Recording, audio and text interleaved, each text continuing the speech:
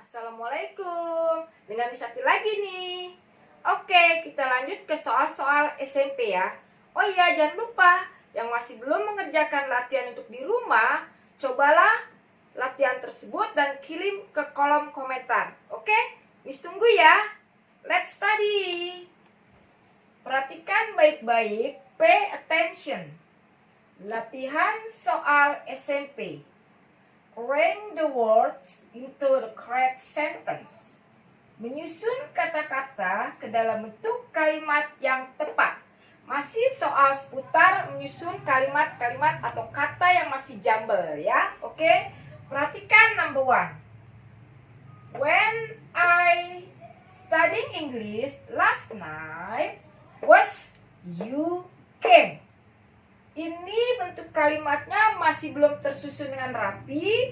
Jadi kalau kita lihat number 1 di sini, bentuk daripada rumus yang tertera adalah, coba kita perhatikan di sini ada last night, kemudian ada was, lalu ada bentuk verbnya ing. Berarti di sini ada 2 bentuk kalimat ya yang tersusun. Yang last night itu masuknya ke lampau, to be was juga masuk ke lampau. Kemudian verb one ing-nya ini nanti masuk ke simple past continuous tense ya. Ini rumusnya. Simple past continuous tense ya. Oke. Ini nanti rumusnya ada 2. Boleh pertama kita mulai dari subjek, kemudian plus verb 2, lalu plus objek, kemudian kita sambung dengan subjek, lalu plus to be. To be-nya apa kalau past tense? Was sama were ya. Kemudian setelah to be, was atau were, baru verb 1-nya itu plus ing. Kemudian objek lagi. Oke? Sekarang kalau rumusnya dibalik boleh. Jika ingin dibalik, pertama urutannya menjadi simple past continuous tense boleh. Berarti subjek duluan, kemudian to be-nya was were, baru plus verb 1 ing plus objek, and then dilanjutkan langsung ke subjek, verb 2 baru objek. Kita perhatikan untuk soal yang number 1 ya, nomor 1. Di sini Miss sudah kasih jawaban urutannya. Yang pertama adalah 253. Kita perhatikan 253 ya. I was studying English ya. Kita tulis di sini. I was studying English. Ya. Kemudian 1674. 1674. I was studying English. Satunya when, kemudian 6 when you, kemudian 7 when you came, lalu 4 number 4 last night, keterangan waktu ya. Nah, kita perhatikan ya. Jadi kalimatnya itu yang pertama dia susunannya when I studying English last night, was you came. Ini came di sini verb 2 ya, karena verb satunya adalah come. Ini come ini verb 1, kemudian verb 2-nya menjadi a, came. Ya. Yang berubah adalah o dan a-nya. Oke? Perhatikan di sini berarti dia masuk ke rumusnya dimulai dari past continuous tense ya. I subjek, kemudian to be-nya was, kita ambil was atau were ya. I was, verb 1 ing-nya studying English. Kemudian conjunction-nya harus memakai conjunction ya. Conjunction itu kata penghubung. Dia bisa when, lalu while ya, ini. Jadi boleh memakai when, boleh while, atau bisa juga as ya. Jadi nanti untuk kalimat penghubungnya atau conjunction-nya, kata penghubungnya antara when, while, lalu as ya. Kita lihat lagi. I was studying English when, ya, when-nya itu nanti kita letakkan di sini ya. When setelah objek ya. Di sini kita letakkan when. Ya. Di tengah-tengah boleh, di depan boleh posisinya ya. Jangan di akhir kalimat ya. Jadi posisinya nanti conjunction-nya itu boleh diletakkan di tengah kalimat atau di awal kalimat ya. Ini posisinya kita letakkan di tengah-tengah kalimat. I was studying English when you came. Ini dia. Subjek verb 2. When you came. Subjeknya you. Kemudian verb 2-nya came. Lalu objeknya last night. Saya sedang belajar bahasa Inggris ketika kamu datang semalam. Ya. Jadi masuknya ke simple past continuous tense. Oke, paham ya? Jadi kalimat dalam simple past continuous tense itu ada 2 kalimat.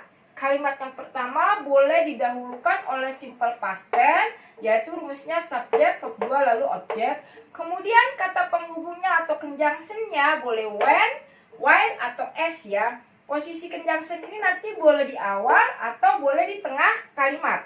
Kemudian disambung dengan past continuous tense, yaitu subjek, to be-nya was, were, kemudian verb 1, ing, lalu objek ya. Jadi susunannya kita ulangi lagi ya. I was studying English when you came last night. Kalau mau lebih jelasnya lagi, gimana itu cara pengucapan dan durasinya itu kayak seperti apa?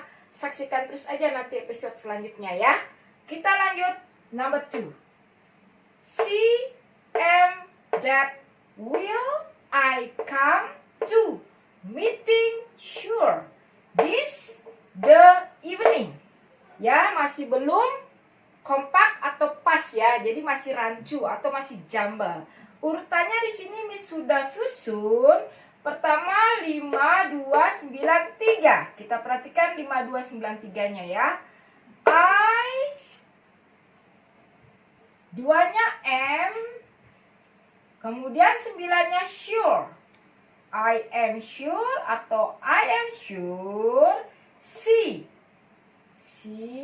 Jadi 5 2 9 3 1 5 2 9. Tiga, berarti 3 dulu ya. That 5 2 9 1 3. Kemudian 4. That will atau see dulu ya, harusnya 1 dulu ya. See. Oke, kita perhatikan. I am sure that she. Jadi 5 2 9 3. That lalu 1. She will. Nah, will-nya kita ambil ke nomor 4. That she will. Number 6-nya come. That she will come. Lalu 7-nya to. To 11. To the. Kemudian 8. To the meeting. Ya, to the meeting. Kemudian 10. This. Ya. Kemudian 12-nya evening.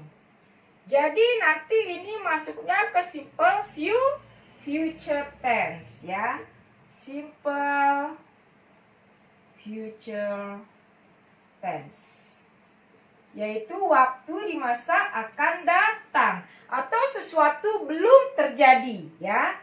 Rumusnya adalah subjek, kemudian shall, lalu will, kemudian plus verb 1, lalu objek. Ini dasarnya ya, rumus dasarnya.